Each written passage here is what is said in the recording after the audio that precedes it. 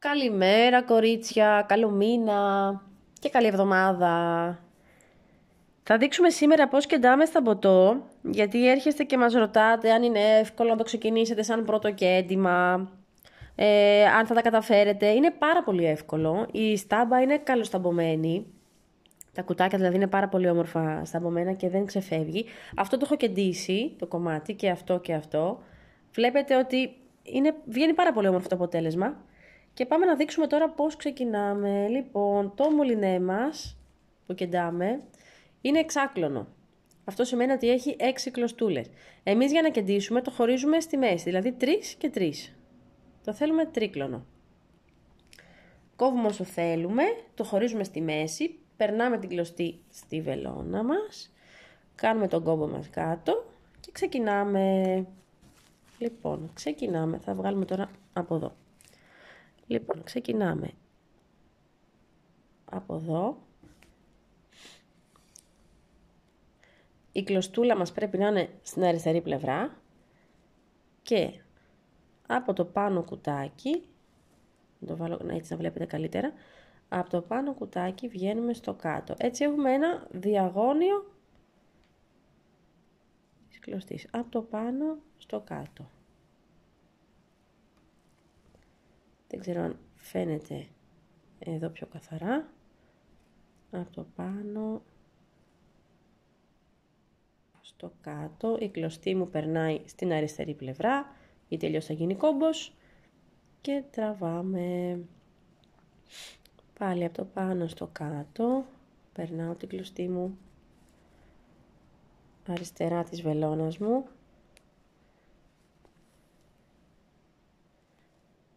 αριστερά η κλωστή, από το πάνω κουτάκι στο κάτω.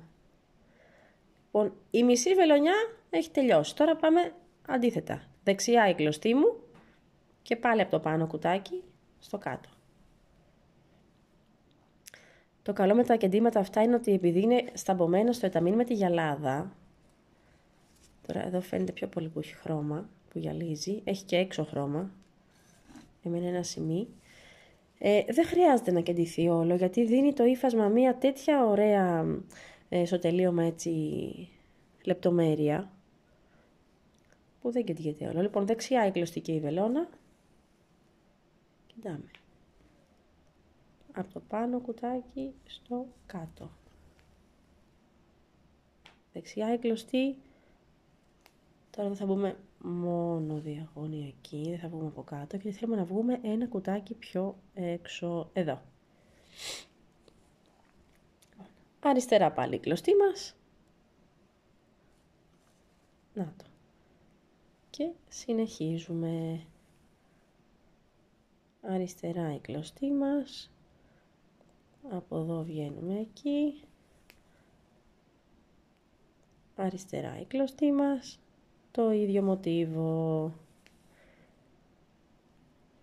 Εάν κάνουμε μόνο αυτή τη βελονιά, χωρίς να επιστρέψουμε πάλι προς τα πίσω, λέγεται η βελονιά κομπλέν. Είναι η βελονιά που κάνουν παλιά τους πίνακες, τους ταμποτούς.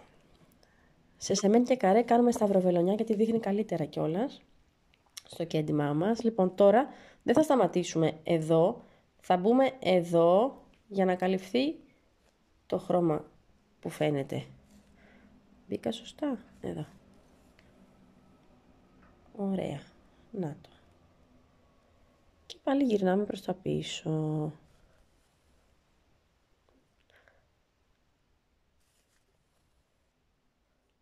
Λοιπόν, και η ερώτηση μετά είναι τι κάνουμε μόλις τελειώνει η κλωστή και πρέπει να αλλάξουμε κλωστή. Λοιπόν, όταν τελειώνει η κλωστή μας, λοιπόν, κορίτσια, ας πούμε τώρα ότι έχω κεντήσει το κομμάτι όλο και η κλωστή μου τελειώνει. Τι θα κάνουμε? Περνάμε, το κάνω λίγο πιο γρήγορα για να σας δείξω. Μου φύγει η βελόνα. Για να σας δείξω τι κάνουμε στο τελείωμα. Λοιπόν, ας πούμε τώρα ότι η κλωστή μας τελείωνε εδώ στην άκρη. Βγαίνουμε από κάτω, γυρνάμε ανάποδα το κέντημά μας Και εδώ πέρα που έχουν δημιουργηθεί αυτά τα κουτάκια, στην ουσία θα σταθεροποιήσουμε την κλωστή μας. Οπότε περνάμε μέσα εδώ από τα δύο, τραβάμε, εγώ περνάω και μέσα από το άλλο, τραβάω και μετά με ένα ψαλιδάκι κόβω την κλωστή, όχι και πάρα πολύ σύριζα, μην μας ξυλωθεί κιόλας, αφήνουμε έτσι λίγο, χιλιοστούλι και κόβουμε και την έχουμε στερεώσει. Οπότε και από κάτω είμαστε εντάξει και από πάνω το κεντημά μας δεν χαλάει. Ακολουθήστε μας στο κανάλι μας στο YouTube για περισσότερα βίντεο και βρείτε μας στα social media στο Facebook, στο Instagram και στο TikTok. Ευχαριστούμε πάρα πολύ. Ραντεβού στο επόμενο βιντεάκι. Γράφτε μας αν θέλετε τι θα θέλετε να δείξουμε σαν βίντεο. Στείλτε μας μήνυμα στα social για να το ετοιμάσουμε. Ευχαριστούμε πολύ. Καλημέρα.